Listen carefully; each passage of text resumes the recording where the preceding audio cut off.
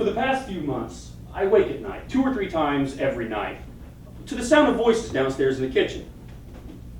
Well, it's my parents. I hear them bickering mostly, but sometimes they laugh. When their laughter stops, I know that they're kissing. Each time, just before their voices go silent, they take turns yelling up the stairs for me to get ready for school. Roddy, you'll be late for school. Do you hear what your mother's saying, you? When I give in to my curiosity and go downstairs, I find the kitchen empty, of course, and I'm filled with despair. Roddy, you'll be late for school. It's 6:30, you! Are you quitting school? Do you hear what I'm saying? Are you quitting school? I think I better warn you about something. I'll be playing my father Archie, like I did just there when I yelled. The boy who's playing Roddy will sometimes speak to you directly when I'm too busy playing Archie to stop and explain things. This confusion of father and son might be a disquieting at first, just like the confusion of father and son is in life, okay? You're clever. You'll get used to it. Excuse me! Am I talking to myself here? I have to be back on the road in 1/2 hour precisely. Willie's waiting in the truck. Do I not deserve to eat breakfast with my family? Do you think I'm a stupid person? I'm up. Yeah, so's Miss Wolf. Who's Mrs. Wolf? Your teacher's not Mrs. Wolf? My teacher's Mrs. Fox. His teacher's Mrs. Fox. Teacher's Mrs. Fox. Sylvie, the toaster.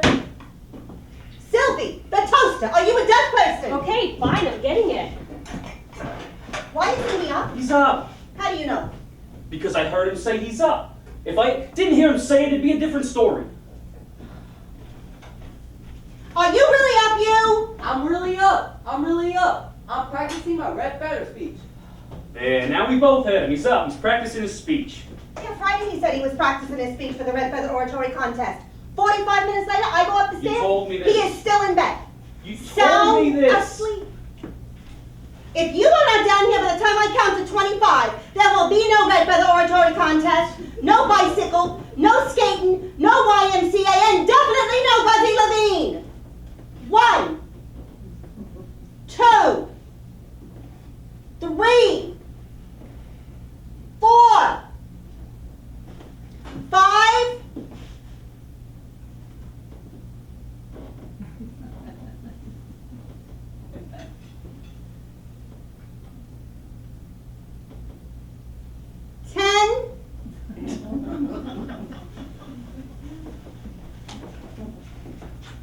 Oh, I know what you're thinking. Sweet, nice little family, ethnic comedy, New Englandy. If I could go back and rewrite it and make it all sweet and nice, I'd have done that many years ago. Hey, where do you think you're going with that? Taking Willie's stuff. Jesus, stop! You just stop! Why? I did it yesterday. That was yesterday. I said stop! Okay, I stopped. Did you see her? Did you see where your daughter was going? If I ever catch you with that one alone, you'll pack your bags. I won't ever, Daddy. You're damn right you won't. Give me that. Here, Daddy. Where's this coffee? In the thermos bottle. I'll get it. It's a good thing I asked. I never get anything right for him. Finish your Chopin? I finished my Chopin. No napkins. We eat like Irish people. I thought I put napkins on the table. Did you brush your hair? I think I did. Brush it again? But I really think I brushed it already. Either put a sign on your head that says, I think I brushed it already, or go brush it. Both of you hate me. 22, 23, 24. And once again, ladies and gentlemen, Roddy Stern is saved like good of a shake. That is for you being late. And that is for you, Mr. Wise Guy Mouth. Thank you. Doesn't he look better? Oh, much better. I don't. You too. Hello, Grandma. Hello. Hello, Roddy. Did you sleep? I slept. Say hello to your grandfather, too. Hello, Grandpa. Doesn't Grandpa look much better? I guess. Look at this color. That's nice, Grandpa. Chair. Are you comfortable? No. Why not? It's your chair. It's your family. Do you want your cushion, Grandpa? Has he got his cushion? He's got his cushion. He wants his newspaper. I will get you a newspaper. Take your cushion away, Grandpa? Yes. Can you kind of hop up a little, Grandpa? What are you doing to your grandfather, you? His cushion's making him So uncomfortable. take it out from under him. I'm trying to. He's coming back inside. Turn around, he's coming back inside.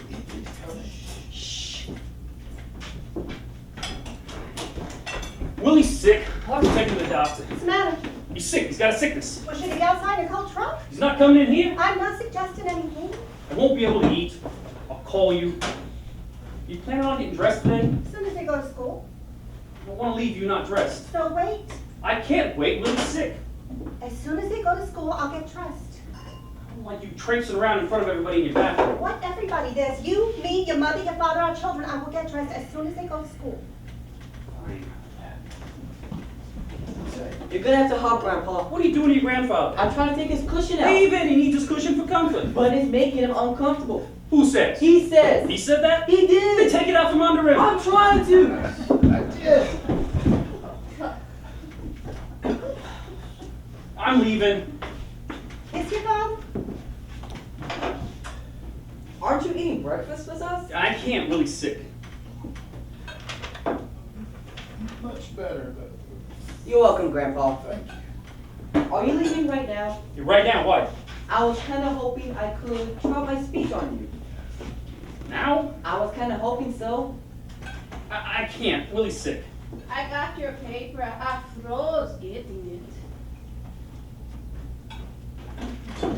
Don't move me, damn it! it. What are you complaining about, you? I think he was more comfortable with the cushion out from under him. What does he know? Why is your coat on? I gotta go to work early. Why are you going to work? Willie's sick.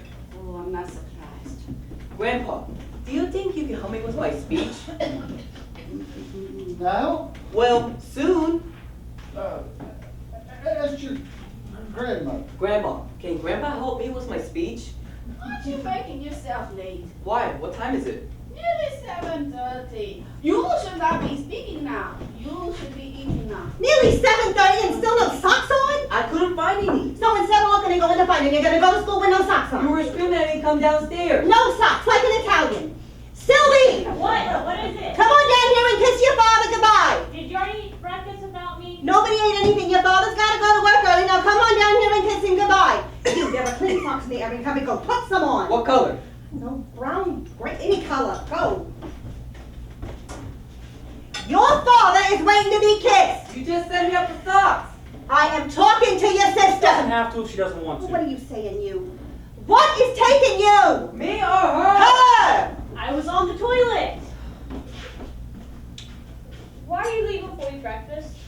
It's something I gotta do. In my whole life, you never missed eating breakfast with me before. Not once, not ever. I never eat breakfast with you on the weekends. School days. I mean school days. I gotta do something. What? Don't pass to your father.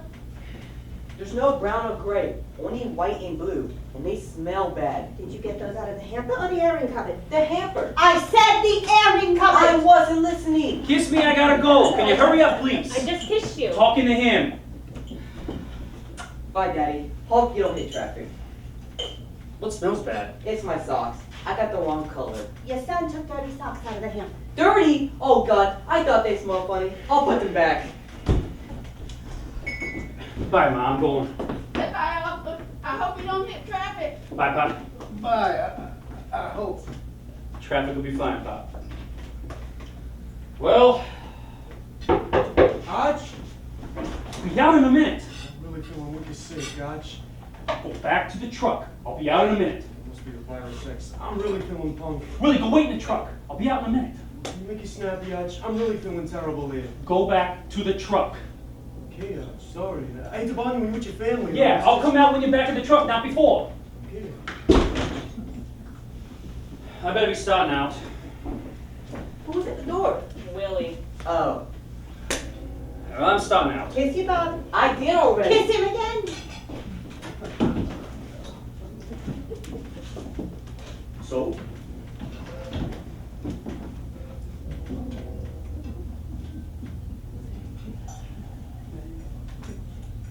Going anywhere today? Nothing special. You sure on this? I'm sure. Expecting any visitors? Will you please? Yes or no? Audrey. Yes or no? Audrey. Yes or no? No. It's Monday. So it's Monday. Your Mahjong group isn't playing today? The Mahjong group isn't on Mondays. What is it? Tuesdays. Fine. I'm leaving. I'll call you in an hour.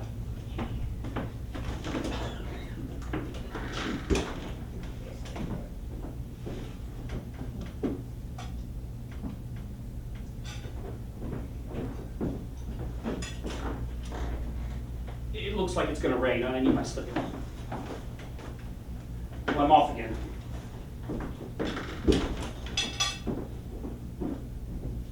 You tie your shoes, you pull up your knee socks, and both of you eat your breakfast. You are not going to be late for school again. Eat! We're eating. We're eating. Not you, them. Daddy, Mama, he's back. Smile, please. Your son is going to put me in my grade. I hate to say it. Then don't say it. I have to say it. So say it. My son is crazy. You away. Don't let him see you looking. Don't let him see you looking. Fine. He's gone. Don't let him see you looking. He's gone. You sit down, eat your breakfast. Now, may we please have 10 consecutive seconds of sitting and eating in peace? Mama, he's back. I see him. He's back. I see him. She sees him.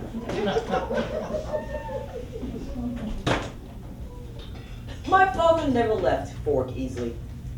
He was always certain what he called visitors would be sneaking into our house as soon as he was gone. Because he drove his own truck, he was able to drive by the house several times a day and pop in just to check in on things. We never knew what kind of visitors my father expected to find. Earthlings or aliens, only he knew for sure. And we never knew what purpose these visitors would have in our particular house. What we did know, however, was not to be frightened when a man almost always appeared, peeking through one of the ground floor windows. Shortly after our father left work, or shortly before our father got home from work. The fact is, it was kind of a shock. The first time I had a sleepover at Sal Cadaldo's house, and his father, Mr. Cadaldo, went straight to work and never once showed up in any of the downstairs windows. I also noticed that Sal and his father, both Italians, wore socks. And Mrs. Cadaldo, who told me she was Irish before she got married, used a napkin. Things were always totally crazy between my mother and father.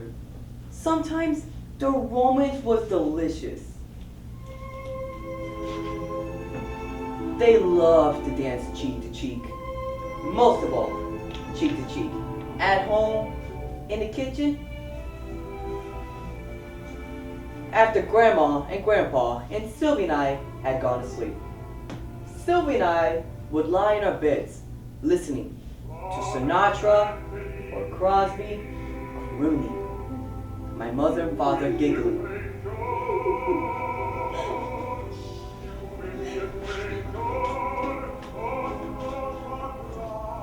Well, I better get to school. I'm practicing my red feather speech in front of Mrs. Fox today at school. I'm competing in the red feather oratory contest. We have nothing to fear but fear itself. That's the end of my speech. I didn't pick it. It was given to me by Mrs. Fox. A famous quote said by President Franklin Delano Roosevelt. Franklin Delano Roosevelt was a crippled president who hated Jews.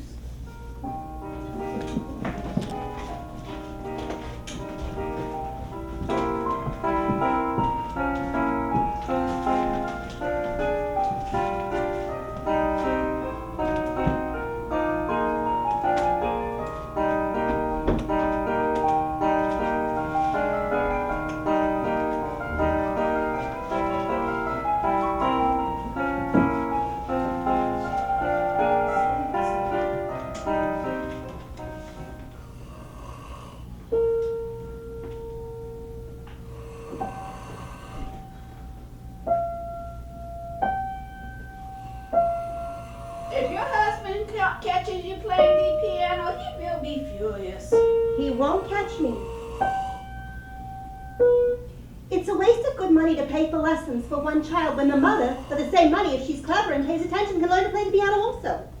If your husband comes back and catches you playing the piano, there will be hell to pay. He won't catch me. I will protect you.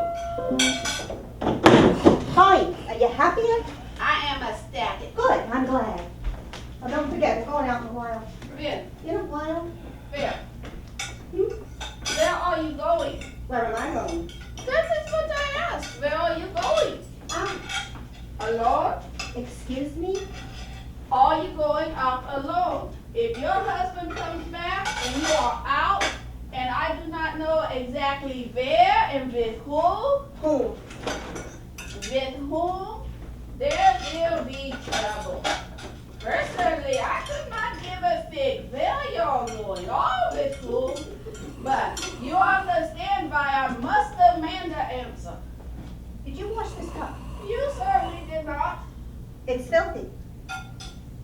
I think it is fine. If you think it is filthy, wash it again.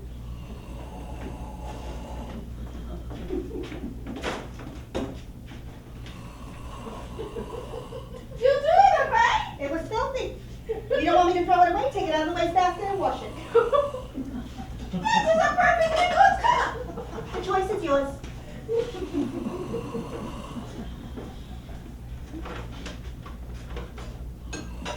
It is not filthy. Filthy. It is a little soiled. Drink from it. You'll be a little diseased. Fine. You are not going to tell me I'm going swimming. in this weather? Yes, in this weather. You want me to tell your husband that you've been spinning in this weather? You want to tell him I went swimming in different weather? Oh, with who? Whom? Oh, I hate that. The object of a preposition? I just hate that. How do you expect the children in this house to speak English correctly if the adults in this house don't speak English correctly? They are your children. If you want them to grow up worrying about propositions, that is your business. I am just a grandmother. Fine. And you have not told me with who. Whom? Fine. You have not told me with who. With you. What are you giving me? Today is Monday. It's the day we're supposed to use those free passes they sent us for the... Why? Oh, I forgot. I only told you 10 times. Yeah, I forgot. Next time you tell me 12 Did you times. find your bathing suit? I am an old lady. I don't know. You don't know if you found your bathing suit. That is not it. Well, then what is it? I don't know. What don't you know? I don't know if I can go parading around at the YMCA in a bathing suit. You know, in front of people. So stay in the water. Don't parade. It's not a parading pool. It's a swimming pool. And what am I supposed to do with him while I am swimming? They have a creche with a full-time babysitter. You want I should leave him with children? Half an hour. He can read his paper. Oh, I don't know. What don't you know now? I have never undressed in front of him. In front of who? Whom? I have never undressed in front of your father-in-law. You see what I am saying. If I have never undressed in front of your father-in-law, how can I get undressed in front of the whole world? Wait a minute. You have never undressed in front of your husband? I changed in the closet. Wait a minute. You change in the closet? This is not anybody's business. You change in the closet? I think men and women should do things privately. Does he change in the closet? Not anymore. The man can hardly walk. If I put him in the closet and left him there, he might suffocate. You change him. And then you go in the closet and you change yourself? Approximately. Oh my God. This is nobody's business. Did your mother change in the closet? With me? Well, that never occurred did she? Of course not. Why would my mother change in the closet with me? I don't know. Why would you change in the closet by yourself? Because it is more private.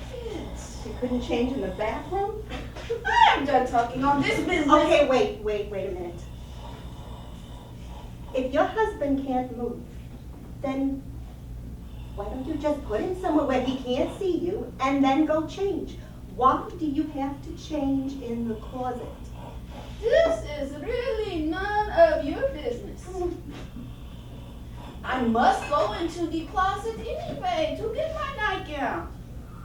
And in the morning, Your clothes are in the closet. exactly. So, he's never seen you naked? This is nobody's business. Not even once? Once or twice. On purpose or by accident? I won't dignify that question. Fine. Oh. Once or twice, that's all? I suppose you just change out in the open. Well, he's your son. What do you think? Oh, I don't even want to get an answer to that.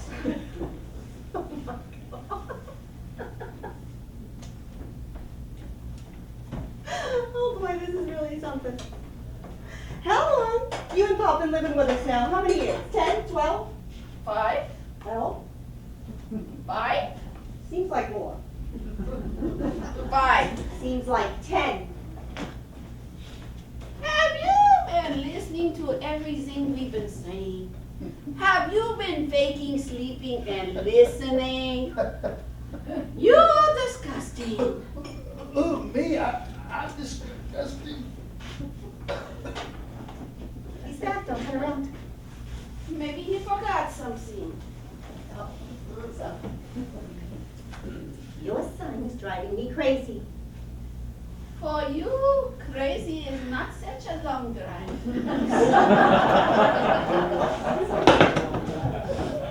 I mean, that's inside. Now don't you tell him anything that we said. You hear me? Oh, me? What? Now shh. I'm home! What are you yelling up the stairs for? We're all right here. Well, I didn't see you there. Anything the matter? Uh-uh. Truck troubles? Truck's fine. Your wife may be wondering why you are not working. Stay out of this, Mom. Arthur, don't start I there. said stay out of this. Don't stop. I want you two in your room. All right. I want to talk to my wife alone.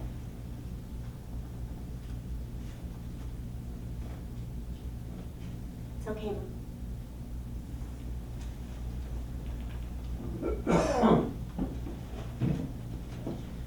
Sometimes I feel like I don't even know my own son. Fine. Come on, your son is banished us from the room.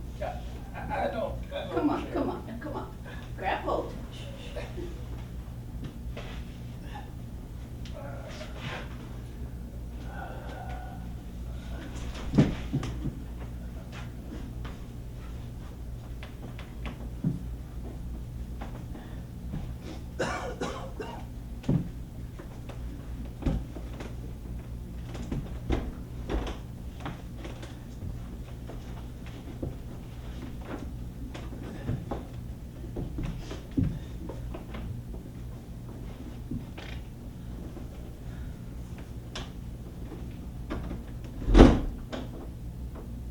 What's that? Got a fresh mouth? No.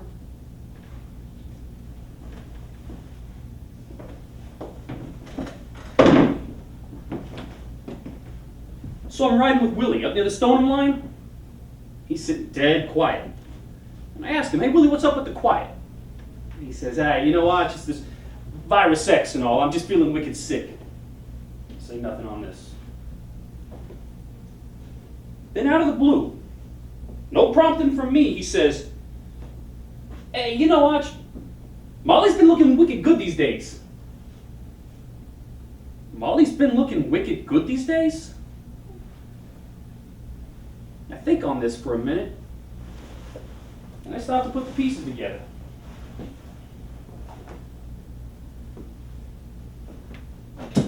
Who are you meeting? Excuse me? Who you meeting means who are you meeting. That's English I'm speaking, yeah? Meeting where? Oh, that's the other thing I don't know. I don't know who, and I don't know where. I'm not going anywhere. I'm not meeting anybody. Excuse me. I'm not going anywhere. I'm not meeting anybody.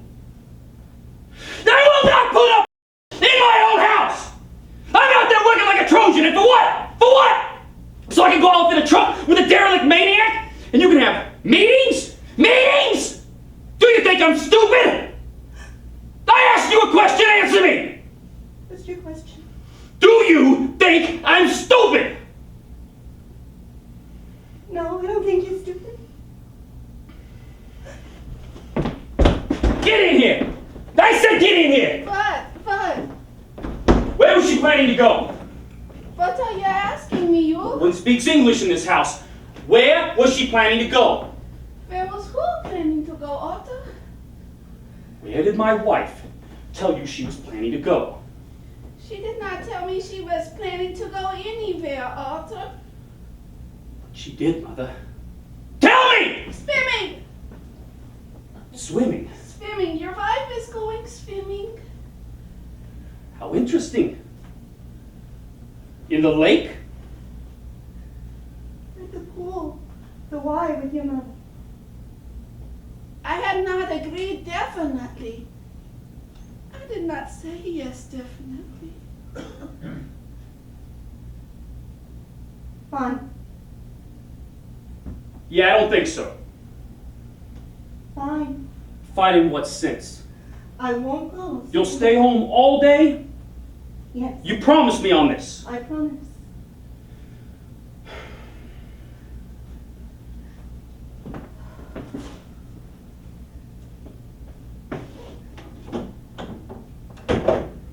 Somebody playing the piano in here? No. No what? Nobody was playing the piano in here. You agree? No. No what? No, nobody was playing the piano in here. Really? She's lying. How interesting. The sex fiend's got ants in his pants. We're an hour late as it is. We missed the bill before they closed for lunch. We'll be stuck in the truck with them for 2 extra hours. We'll talk more about this piano playing later. I hope you're planning to put some clothes on sometime today.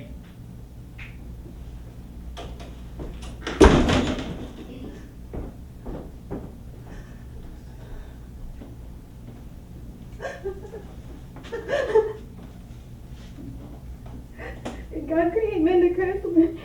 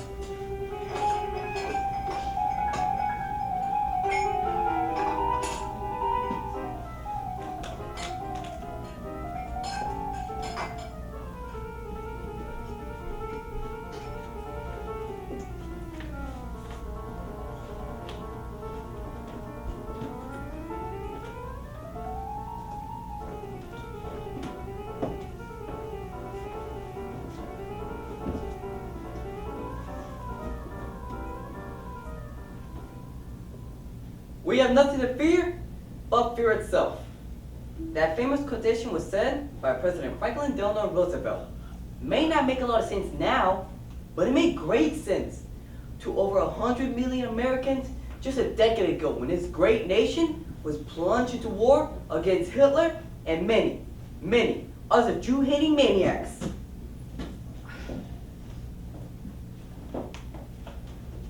We have nothing to fear but fear itself.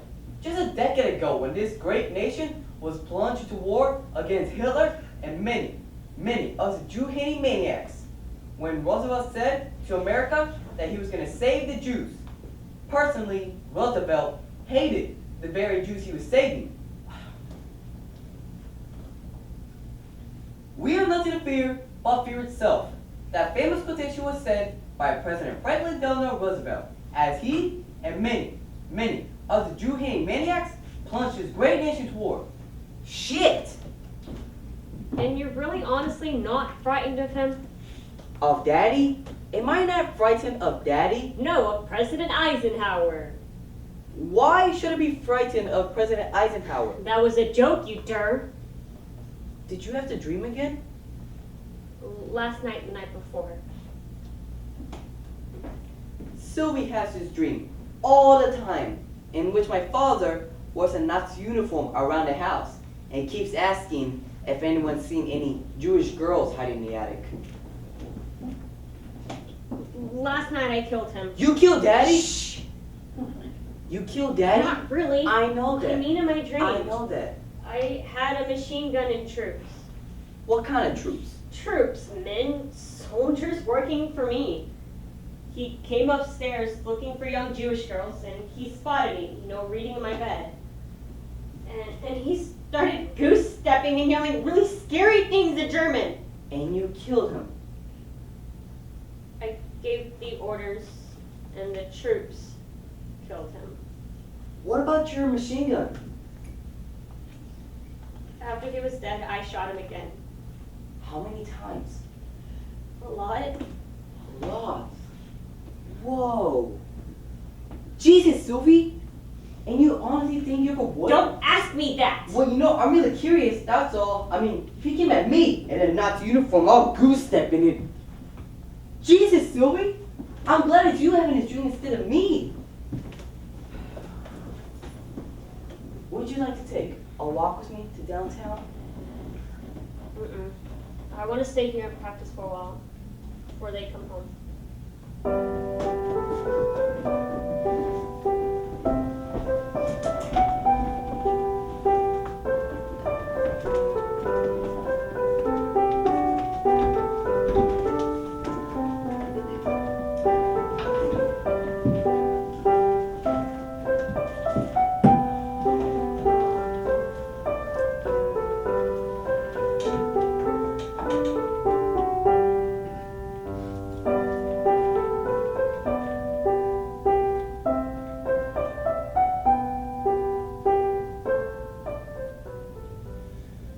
When I look back over my childhood, there are many, many high points to remember. Humming God Bless America under the soapy water in my bath for 47 seconds and not drowning. Getting pesky Ed Williams to sign mid-condition rookie cards in the same season. Oh, the time that I homered against the Lincoln School with 2 men on. The Red Feather Oratory Contest. We have nothing to fear but fear itself. But mostly I remember the time that I rode with my father in his green 51 Chevy flatbed down to the Congo church where he drugged my sister Sylvie out of her Girl Scout meeting by her hair in front of her entire troop and a bunch of visiting Boy Scouts. Sylvie was 13, and my father had thought she had done something really bad with her friend, Robert Dunn, who Sylvie had promised my father she'd never talk to ever again. A week after, my father had caught Sylvie and Robert kissing on the front porch.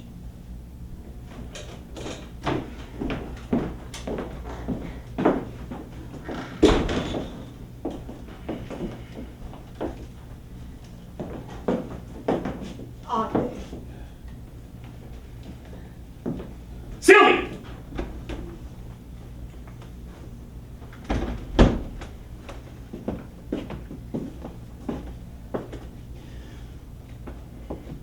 Marcus Rosamond's daughter went to Girl Scout camp for 2 months. 2 months! And do you know what happened to her?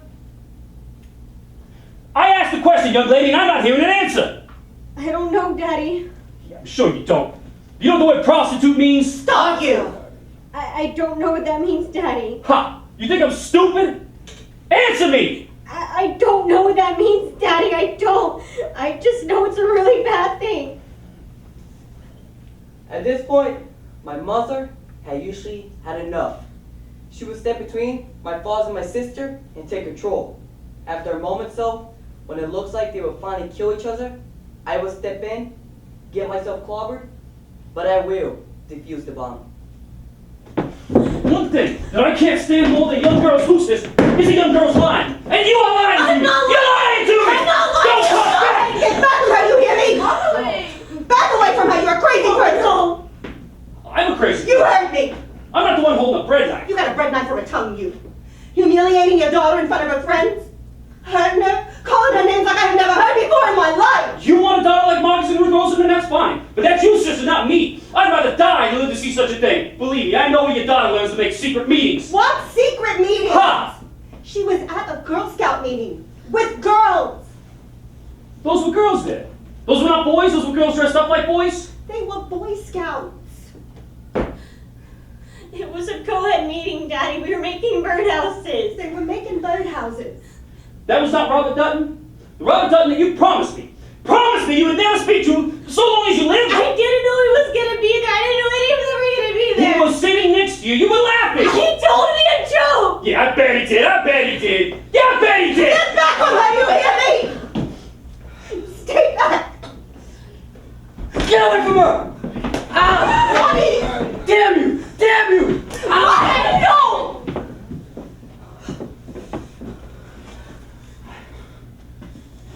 I didn't mean to hit him. I didn't mean to hit him. He hit me first. I just had a physical reaction. I didn't mean to hit him. Ma, I didn't mean to hit him. He hit me first. Come on, Roddy, get up. I'm sorry. I said it. I'm sorry. I'm sorry. At this point, my father was sobbing uncontrollably, begging for everybody's forgiveness. I'm sorry. I don't know why I get so mad all the time. I'm sorry. I'm sorry. I don't know why. I can't stop myself.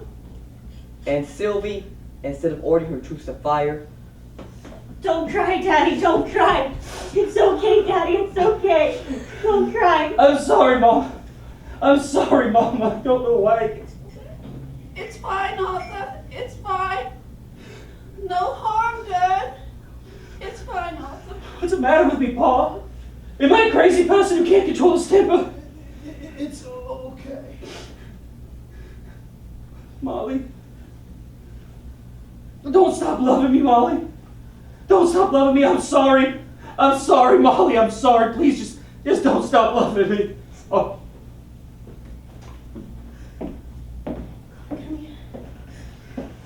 Come on, come here. I'm sorry. I'm sorry. I get so mad all the time. I don't know why. I'm sorry. I'm sorry. I get so... I know, it's okay. Please don't cry, Daddy. It's okay, I know. Please, I love you so much. the entire room is now filled with an unexpected tenderness, in which I am totally and utterly excluded.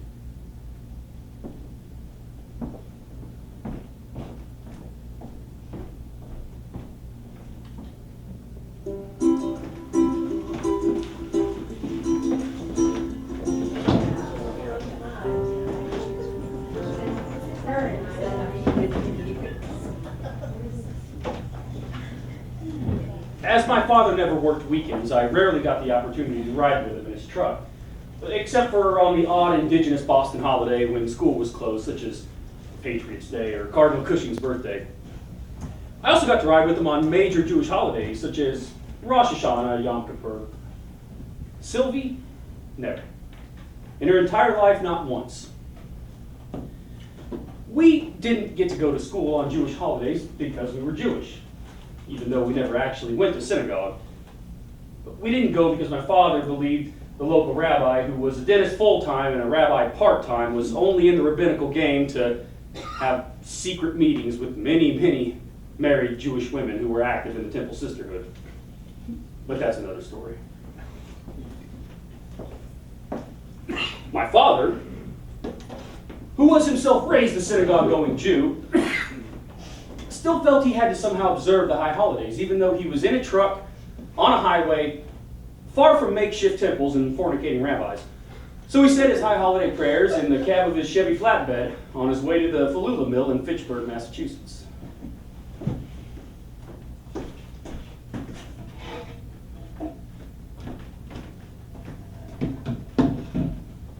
And I got to ride along with him and Willie.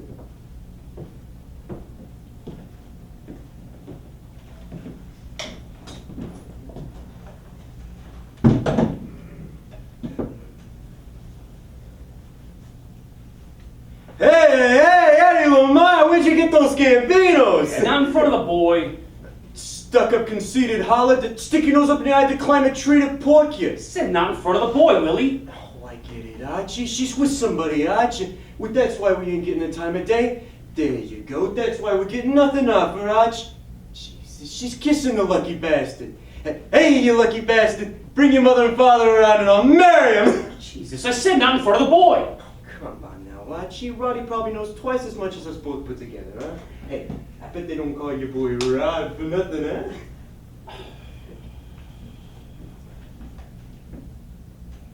Come on. What? Are you demented or what? We'll let your kid answer for himself, huh? Hey, Rod, I bet they don't call you Rod for nothing, huh? I guess not. Hey, what are you saying, you? I'm just saying, Archie. I bet they don't call your boy Rod. I'm talking to him. Why do you think we named you Rod? Because you and Uncle Ronnie, and you loved him, so you named me from him. Exactly. That's the way it's done in the Jewish faith, Willie. Hey, listen, no problem, Archie. Whoa, sit your ass or you're stealing basketballs! It's not in front of the boy. Come on now, Archie, slow down, slow down. Look.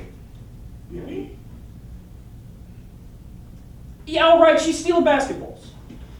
Your boy's laughing, Archie. Little Roddy gets the joke, Archie.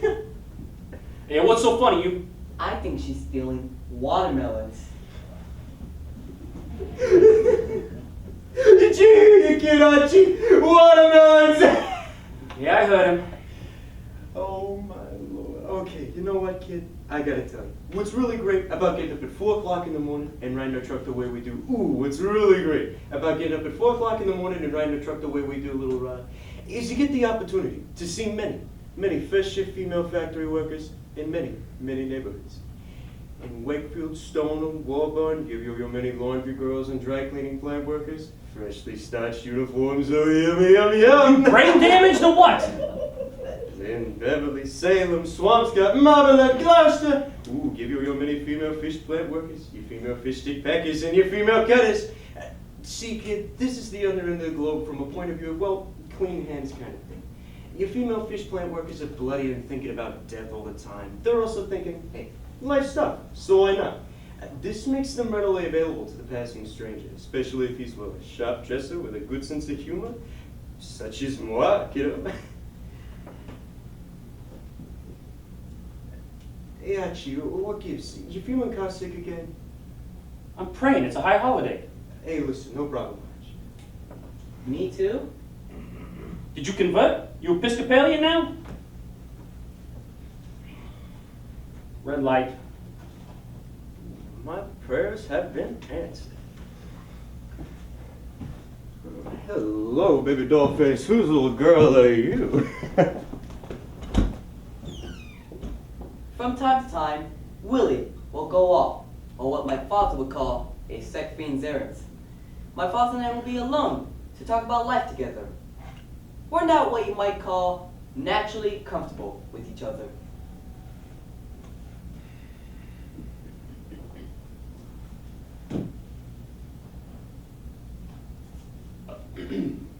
So, Rod, how's school? School's good. School's good, yeah? Oh yeah, Good. school's good. That's good. How's your sister? Sylvie? Sylvie's your sister, yeah? Well, you see her as much as I do. Yeah, not as much. You see her after I go off to work, before I get home, or if I go to bed early, you two stay up talking. I think she's fine. You think so, yeah? I do. I mean, she's never said she's not fine. That's Not to good. me, That's privately. good. After he tried to find a subtle way what he really wanted to ask me, he would just ask me and give up, straight out. Rod, Sylvie never says anything about her doing weird things with boys, does she? Oh God, never. Never. I don't even think she knows any boys, except, you, me, Grandpa, Uncle Arnold. If she ever does, you'll tell me, right? Sure, You promise me. sure, I promise. Good. Your mama never says anything oddball either, does she? Mama? Never. Mama? Never. Grandma neither. If either of them ever do though, I'll tell you right away. Good. We played endless variations on this particular theme of Sylvie, Mama, and or Grandma saying weird and or oddball things to and or with man. And when the interrogation was done, we would ride through 1,000 embarrassed pauses. As pregnant as the hearted Sylvie of my father's wildest dreams, we shared these moments as though the passing landscape were somehow suddenly intriguing, as though we weren't suffering pain of such shared awkwardness. It was an October morning. School was canceled for a teacher's convention, and Willie was up God knows where, doing God knows what to God knows whom. My father and I had done the morning mill run to Fitchburg without saying a single word on a trip back on a back road somewhere near Leominster, Massachusetts. My father broke the silence. So Rod, you like to play baseball, yeah? I do, yeah. You any good? I could be better, I guess. Can you hit? I can hit. I'm a great fielder. Not ground balls, so much as fly balls. I can catch them. It's a pain in the neck. We don't get to play, you know? That's okay. Mama plays with me a lot. She can't really hit them, but it's still practice. Yeah, I know, but it's a pain in the neck. We don't get to do much together. That's okay. We get to ride the truck together. You like this? Are you kidding me? I love this. Yeah, me too. So, your Red Feather speech is coming up, yeah? Uh-huh. It's 4 weeks, 3 days, 16 hours. If I win for my school, I get to go to the sub-regionals and maybe, the New England finals. Yeah, pretty big stuff, yeah? Oh yeah, the national winner gets a $2,000 scholarship. I could pay my own kind of way. You scared? About the contest, not so much. I just wish it was, better. You wish what was better? My speech. You want to try it on me? Really? Yeah, sure, why not? Just the two of us. We won't hit home plate for at least an hour. How long's the speech? 3 minutes. That's it? Mm-hmm. That's all it is, yeah? We also get an extraneous part too. That means they give you a subject right then and there, and then you have to come up with a speech about that subject. Just kind of make it up on the spot sort of thing. Exactly. Hey, you're probably good at that. I'm better at that part than the prepared part. We have nothing to fear but fear itself. That Yes, thing. That's my prepared part. I can do some of it for you. Not the whole thing, just the start of it. No, do the whole thing. Really? Yeah, sure, why not? I mean, as long as we're doing things together, we might as well be doing whole things. Well, yeah. The thing is, I'm not really finished, so... Hey, give me what you got. Well, okay. Are you sure you want to hear this, Daddy? You don't have to. I have plenty of other... Come on, let's hear it. I like this. I like doing this. It's just us sort of thing. Let's hear it. We have nothing to fear but fear itself. That famous quotation was said by President Franklin Delano Roosevelt. Roosevelt said this? Uh-huh. Roosevelt was a Jew-hating bastard. I know. I talk about this in my speech. You don't say bastard in front of your teacher, do you? No. I use a different word. Okay, let's hear it. We have nothing to fear but fear itself. That famous quotation was said by President Franklin Delano Roosevelt as he and many other Jew-hating maniacs plunged his great nation to war. Maniacs. I like maniacs. I tried it different ways, but I liked maniacs most of all. Maybe I should wait till I get it done more. No. I like this. I like hearing your speech. Let's hear the rest of it. We have nothing to fear but fear itself. That famous quotation was said by President Franklin Delano Roosevelt as he and many other Jew-hating maniacs plunged his great nation to war. What did Roosevelt really mean when he uttered that famous quote? Did he mean the things that scare us most aren't real? That they're imagined things like ghosts and boogeyman, which we, after all, know aren't real? Ghosts may be real. You think so? I don't know. I get this really weird sense of my Uncle Herman all the time. He was a Rabinowitz on my mother's side. Uncle Herman was kind of crazy. No, actually, Uncle Herman was very crazy. He used to He used to whistle in public all the time. But he whistled patriotic marches from Poland. I think they were from Poland. He was arrested for exposing himself. You know what that means? Kind of. Like showing your private parts to people kind of thing. Sort of. It's more like showing your private parts to people who don't want to see your private parts, sort of thing. All right, I get you. Uncle Herman did this a lot. Gosh. He was arrested, though. Uncle Herman said he was just peeing, but the lady who turned him in said he was doing more than that. Hey, don't ever tell your grandmother that I told you any of this. I You won't. gotta promise. I promise. Good. Would you mind if I saved my speech till I get a little more work done on it? You're the boss. It's your speech. Really? Sure. When do you think you could teach me to steer?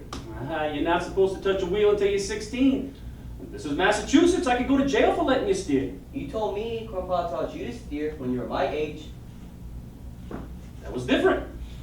We had no money. Come here. We were able to get it that way. Me steering, he guide me, steering against the law risk for at least 4 minutes. All right, you. That's enough now. In my entire childhood, I only remember my father hugging me that one time.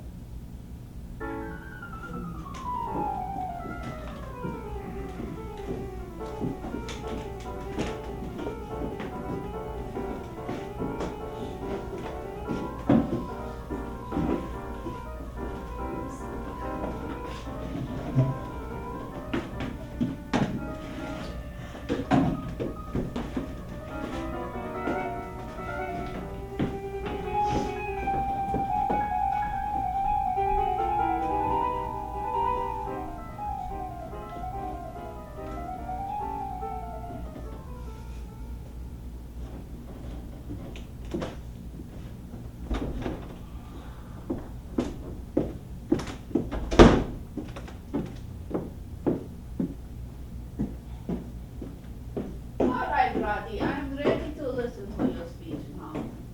Okay, Grandma, here goes.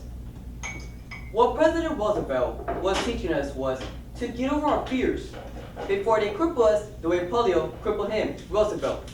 So when Roosevelt says, we have nothing to fear but fear itself, he's telling us to find the courage to confront the thing itself instead of our fear of the thing itself before we ourselves become crippled like Roosevelt, who of course got crippled by polio, not fear. Maybe you should not be typing that up this yet.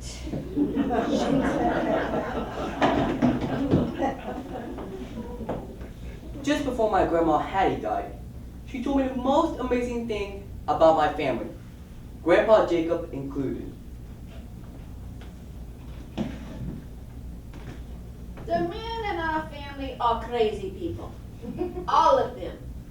They all think that every woman is loose. My own father, may he rest in peace, used to make my mother wear an overcoat all through the summer so that no man could see she had the big breasts. Here's Uncle Dutty on the Zuckerman side. May he never know a moment's peace. He used to touch me in private places when I was a very little girl. His wife said he used to light fires in front of pictures of naked ladies. Your own grandfather is no picnic. In all the years that we have been married, which is 47, he have never let me go shopping alone. Not only was he convinced that the butcher was after me, but that I was after the butcher. Once he kicked a hole in the dining room wall because I let the butcher sell me a extra lean rib roast. Go figure. I used to tell your grandfather, you are just like your father. And this would drive him crazy because he hated his father, your great-grandfather, who used to yell things to women on the street that you should never know about, God forbid. But as crazy as he would get when I would tell him that he is just like his father, he was just like his father. Maybe worse. Now, your father, my own son, I don't have to tell very much about because you are living the story, yes. But I am going to tell you this fun story about the zoo in Stonehenge. Your grandfather and I took him there on a sunny Sunday morning. There was a big crowd at the lion's cage, so we were way at the back. After your father, he squeezed his way up to the front. And when he got there, to the front, for some reason, the lion roared. It was quite a roar, loud, long, enormous. We was all scared, kids, grown-ups, everybody. And then we laughed. But I knew your father would be afraid up there by himself, so I squeezed my way up to the front. When I got there, your father was off to the side, and he was roaring just like the lion. His face was covered in tears and his sailor shirt, but he was roaring just like the lion, really loud. The sound coming from him was enormous. I let him roar for a while till he calmed himself down. Roddy, some people are like this. They must imitate the very thing they are most afraid of. The only reason I am telling you any of this is that I am not liking the shooting pains in my head I am getting. And someone must talk straight to you before you yourself start, roaring. I'm not gonna do any roaring, Grandma. Good, I'm glad to hear this.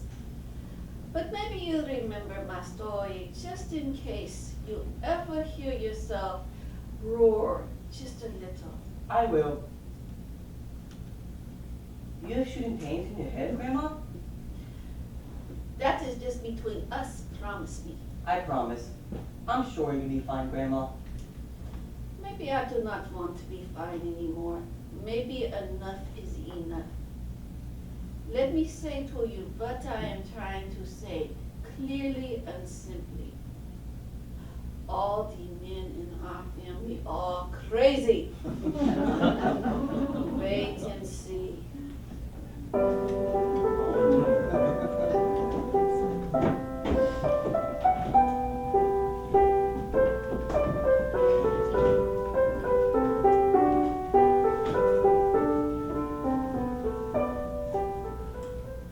We always thought Grandpa would die before Grandma. I guess we hoped he would. So when Grandma died, just like she did before Grandpa, we didn't know what we were going to do with him. We should go to the front room now, Grandpa. This ain't cottage again. They've got their 10 men. They've got 20 men. Your grandmother, she had a lot of men friends, Rodney. You think so? I know so, and that's all I'm going to say on this subject. Grandpa Jacob's Parkinsonian stutter cleared up the minute Grandma Hattie was in her grave. It was hell being married 47 years to a beauty like your grandmother, Rodney. If there's one thing I can give you straight from my heart, it's when you decide to get married, you go find the ugliest woman. Someone so horrible that all the other men will avert their eyes when she comes by. This woman, if she has any brains at all, well, she will know how unattractive she is to the male multitudes, and she will love you for marrying her. And she will not give you any of the pain I had with a beauty like your grandmother. I give you this straight from my heart, right? Straight from my heart. I tried to tell this to your father, and he wouldn't take it. But now, look at him. Do you think all the men in our family are crazy, Grandpa? Did your grandmother suggest this to you? She did, yes. Your grandmother knew a lot about people like me, especially men. Let's get you inside, Father Santos. For her, not for me. I'm not dead. Who said you were dead? Did I say any such thing? It's the prayer for Grandma, Grandpa. Come on, I'll go inside with you. No, you're just a young boy. I don't want you in there. Young boys shouldn't have to see such things. She'll take me in.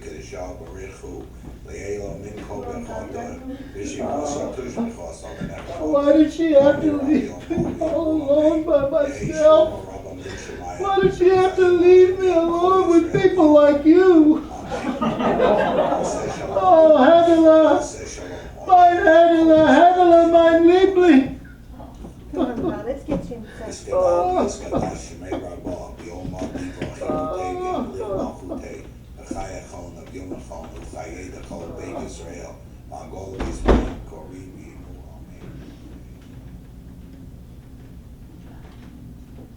Grandpa Jacob died that night. We all heard it. His scream. It would have been too corny, even for Grandpa Jacob's favorite radio show, Portia Faces Life. I don't want to live without her.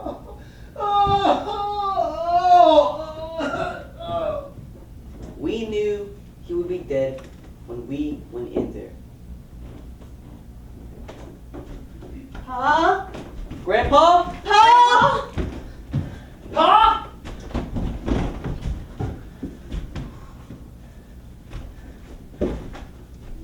Pa!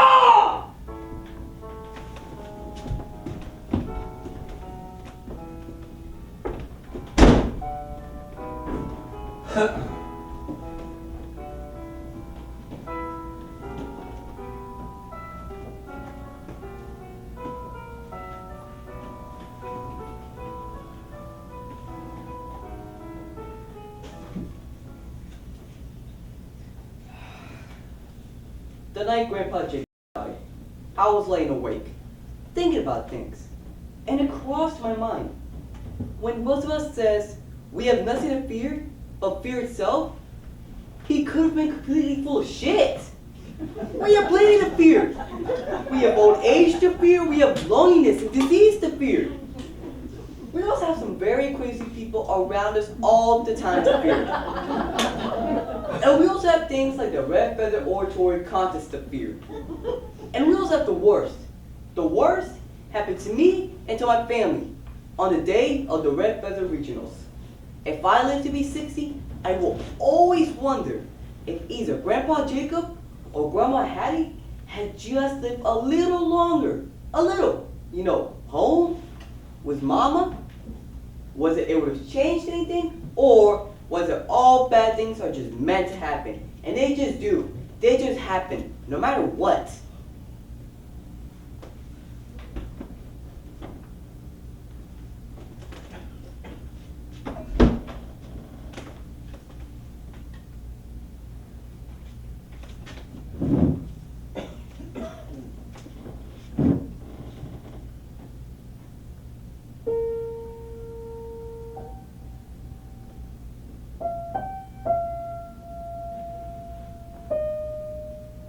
He must have come into the house around 10:30 in the morning. Sylvie and I were both in school. What I remember most about the day was that I learned about congressional Franklin privileges. Sylvie says she has no memory of the day whatsoever. Daddy was supposed to be with Willie in Fitchburg, unloading the truck. But Willie had caught in sick with the virus X.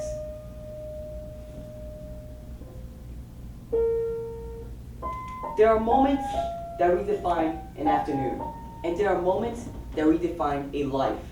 This was, alas, a moment to redefine my entire family.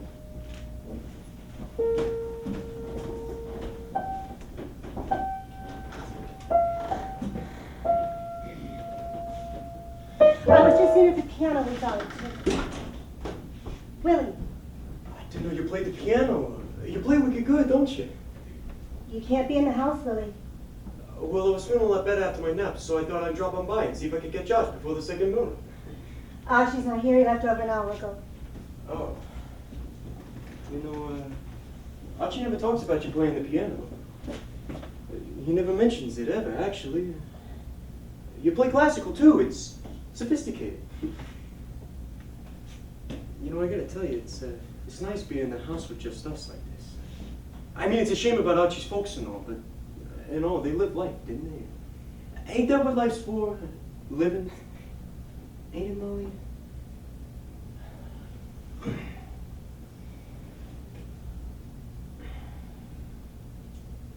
I gotta say, you've been really looking good these days. I was just saying this very thing to Archie not that long ago. Molly's looking wicked good these days, Archie. You really are looking wicked good these days. Putting on weight in all the right places. And not that you're heavy, I ain't saying that. What's the word I'm looking for here? Comfortable. Yeah, that's it. See, some women are built for speed, but you? Oh, you're definitely built for comfort. You can't be in the house, Willie. You're not allowed. You know this. Allowed? I'm not allowed? And that's a funny thing you just said there, Molly. So this is where they slept, huh? The old ones?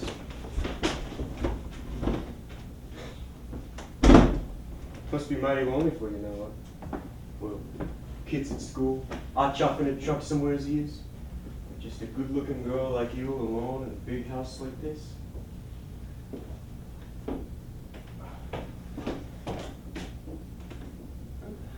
You know, I've never been upstairs in your house before. Well, that's weird. I mean, well, Archie's been upstairs in my house plenty, right? You can't be in the house, Willie. You're going to have to leave now. I don't think so. Willie, please. I must insist you leave this house.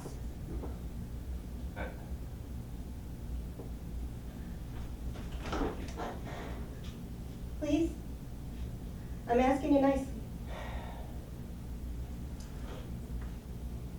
You put it that way. Not a chance. How come you acting like somebody else is listening? Nobody's listening. It's just us. Get out of this house! Oh, you like me, don't you, Molly? If you don't leave, I'll leave. Willie, please, I want to go outside. In your bathroom? You want to go outside in your bathroom, Molly? Willie? I've seen you looking at me for years and years now. 4 months ago, I you in your bathroom until after I'm gone. Always smiling at me, flashing this and that at me, making my lunches and all, always asking if my coughs and colds are getting better. Oh, I've seen it, fellas.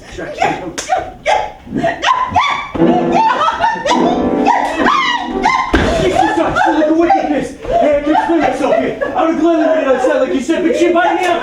Jesus, Arch, what are you doing? What are you hitting her for? You hear this? Your boyfriend's asking what I'm doing. Did you hear me? Did you hear me? He's been no touches you! No touches! Every time your boyfriend protects you, you get it! Do you hear me? See this coming. I seen this coming, believe you me. You just couldn't wait to my mom and pop were cold in the grave, could you? Could you? Could you?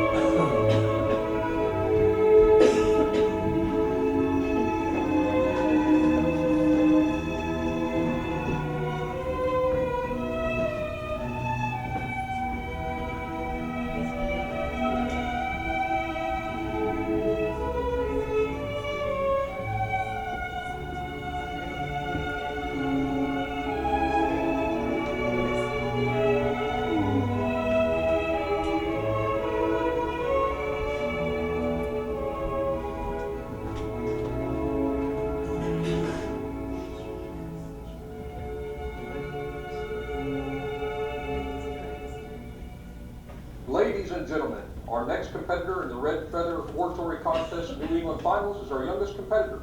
He is a 15-year-old high school student from Wakefield, Massachusetts. Welcome, please, Rodney Stern. Fellow Red Feather Oratory competitors, judges, ladies and gentlemen, we have nothing to fear but fear itself. When Roosevelt spoke those words, he was trying to trick the citizens of the United States into finally going to war against Hitler. FDR knew America should have gone into war years and years before. But Roosevelt was waiting as long as he could, hoping that Hitler would kill all the Jews first. Like Roosevelt, like Adolf Hitler, they both hated Jews. When Japan bombed Pearl Harbor and killed some non-Jewish Americans, Roosevelt knew he couldn't wait any longer. He declared war on Japan and Japan's teammate, Hitler. What kept a lot of people from saying all this stuff out loud about Roosevelt is fear. I myself felt a lot of fear thinking about saying this speech out loud. But it's the truth, and no one should ever be frightened to say the truth. Should they? To be heroic, you first have to be unlucky enough to find yourself in a terrible situation. Then, you have to be lucky to find your dignity. And that will lead you to do what you have to do. The taxi's here! Right, I'm coming.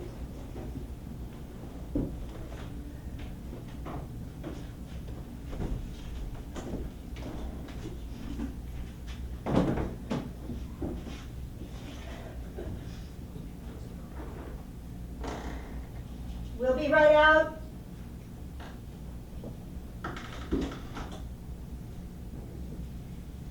Sylvie, the taxi's here. I'm ready.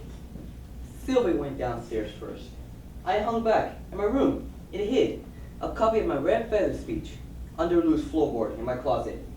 I started downstairs, and then I ran back up and tossed my Williams and Pesky rookie cards under the floorboard. I don't know why I did that. It's one of my life few major regrets.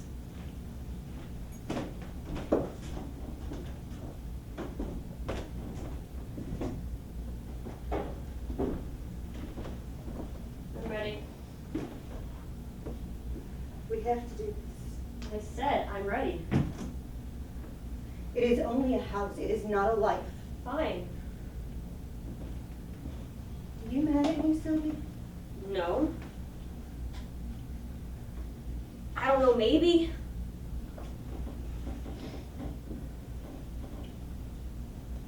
Maybe I'm just sad. It is only a house. It is not enough reason to stay. Were you and Daddy ever happy? Can't remember. You were never happy? I can't remember. Why did you have children? We thought it would make us happy. Are you sorry you had us?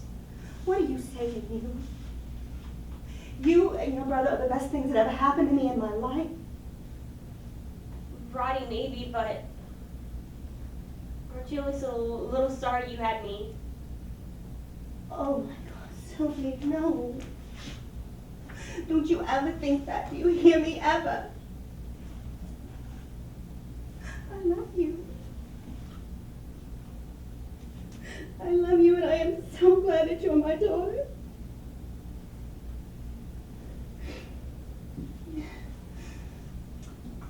Where is he? Rodney! I'm here. You ready? I'm ready. Made your bed? I made my bed. Clean your room. I cleaned my room.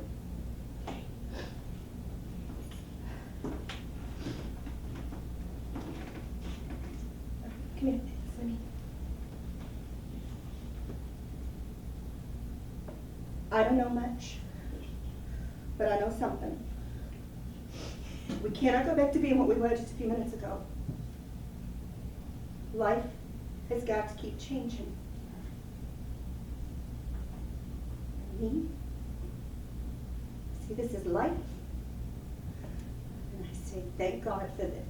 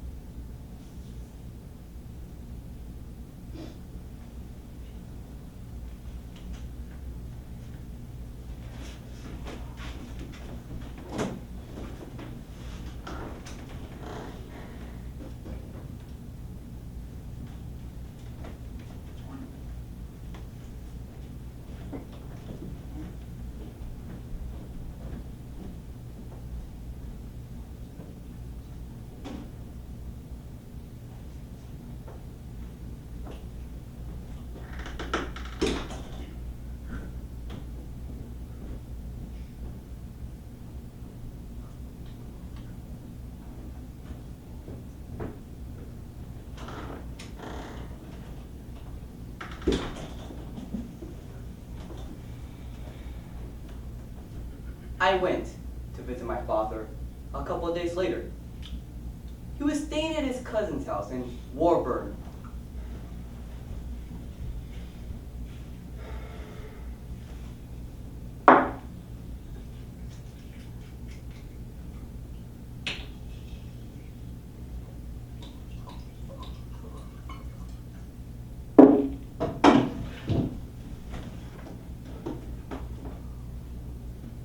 Hi, Daddy.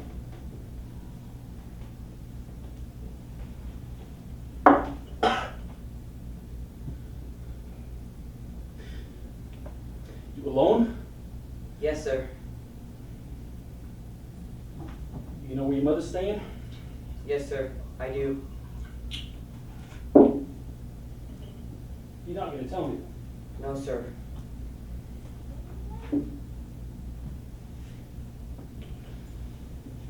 You afraid of me, Roddy? A little.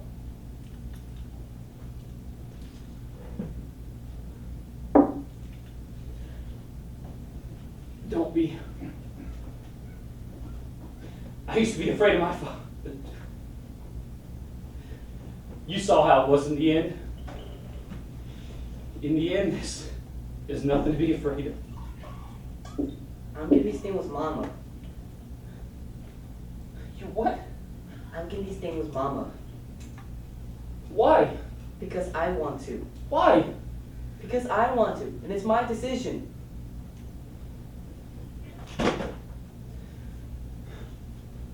That's probably better.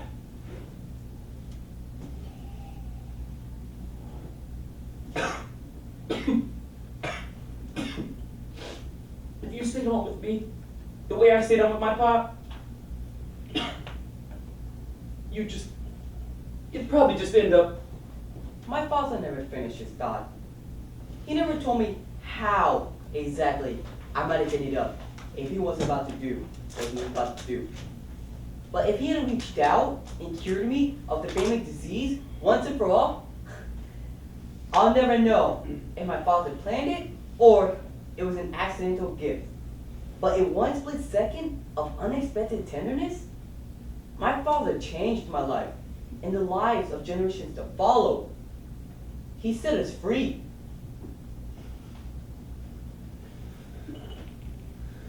I don't know what's wrong with me, bro. Someone's got to stop me. I'm a crazy person.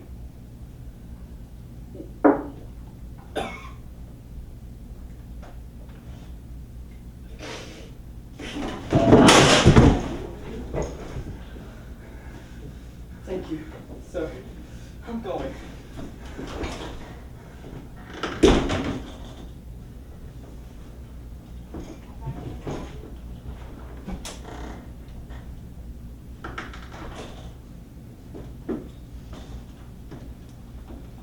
I want to close by telling you a story of a friend of mine who had to conquer a lot of fear.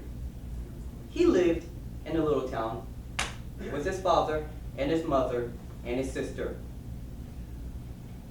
All the men in my friend's family were a little crazy. They didn't trust women very much.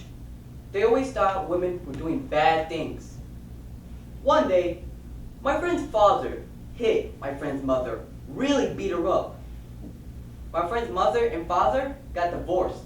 My friend had to go to court and decide whether he wanted to live with his mother and his sister, which meant he had to move away, or stay and live with his father. My friend was frightened to leave his town, and his school, and his friends. He really wanted everything to just stay the way it always was. But that wasn't possible. So, my friend did a lot of thinking about this. And then he thought about what Roosevelt said.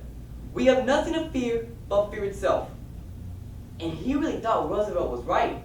Even though Roosevelt wasn't the great man everyone thought he was, he had figured something about life. And people could, regardless of his faults. My friend found his courage. He chose to live with his mother and move away. I'm telling you this story because I too have learned a lot from Roosevelt. I learned how to speak my thoughts, to stand up to people. For this opportunity, I want to thank the Red Feather Oratory organizers, and I want to thank you, audience. Thank you.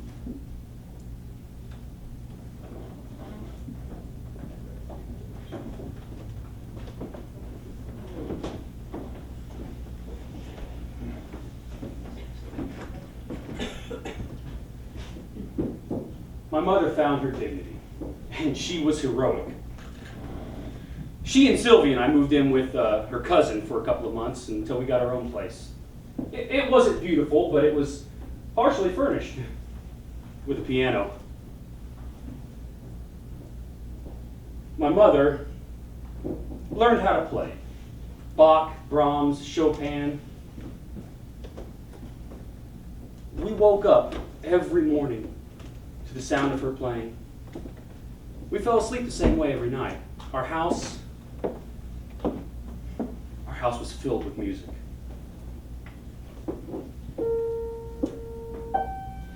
My mother never married again. She said one marriage was enough. Sylvie also never married. She moved to New York where she does something important in publishing.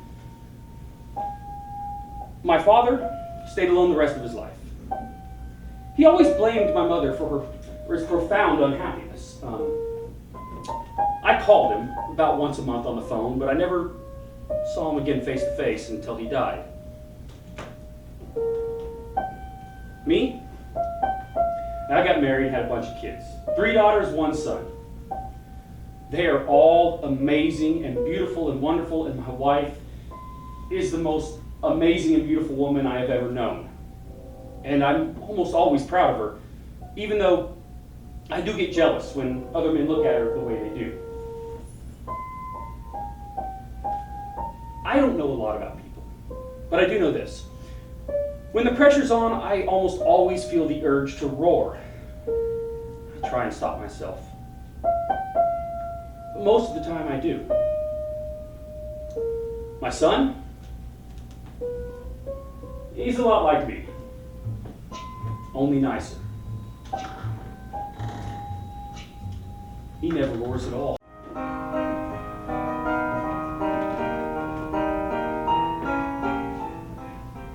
For the past few months, I wake at night, 2 or 3 times every night, to the sound of voices downstairs in the kitchen. Well, it's my parents. I hear them bickering mostly, but sometimes they laugh. When their laughter stops, I know that they're kissing. Each time, just before their voices go silent, they take turns yelling up the stairs for me to get ready for school. Roddy, you'll be late for school. Do you hear what your mother's saying, you? When I give in to my curiosity and go downstairs, I find the kitchen empty, of course, and I'm filled with despair. Roddy, you'll be late for school. It's 6:30, you! Are you quitting school? Do you hear what I'm saying? Are you quitting school? I think I better warn you about something. I'll be playing my father Archie, like I did just there when I yelled. The boy who's playing Roddy will sometimes speak to you directly when I'm too busy playing Archie to stop and explain things. This confusion of father and son might be a disquieting at first, just like the confusion of father and son is in life. Okay? You're clever. You'll get used to it. Excuse me? Am I talking to myself here? I have to be back on the road in 1/2 hour precisely. Willie's waiting in the truck. Do I not deserve to eat breakfast with my family? Do you think I'm a stupid person? I'm up. Yeah, so's Miss Wolf. Who's Mrs. Wolf? Your teacher's not Mrs. Wolf? My teacher's Mrs. Fox. His teacher's Mrs. Fox. Teacher's Mrs. Fox. Sylvie, the toaster. Sylvie, the toaster. Are you a deaf person? Okay, fine, I'm getting it. Why isn't he up? He's up. How do you know? Because I heard him say he's up. If I didn't hear him say it, it'd be a different story. Are you really up, you? I'm really up. I'm practicing my red feather speech. And now we both heard him. He's up. He's practicing his speech. Yeah, Friday he said he was practicing his speech for the Red Feather Oratory Contest. 45 minutes later, I go up the You stairs. told me this. He is still in bed. You told Sound me this. asleep. If you are not down here by the time I count to 25, there will be no Red Feather Oratory Contest, no bicycle, no skating, no YMCA, and definitely no Buzzy Levine. 1, 2, 3, 4, 5.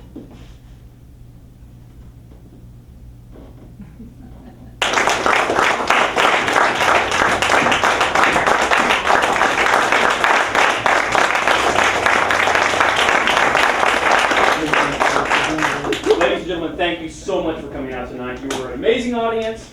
We had so much fun. This is fun for us up here. And the better the audience, the more fun it is for us. So thank you very much. Give yourselves a hand for being such a good audience. I appreciate it. I would like Fabio, Annie, and Jacob to step forward. Guys, these are 3 of our newest actors in cast, and give them a big applause for how well they did tonight.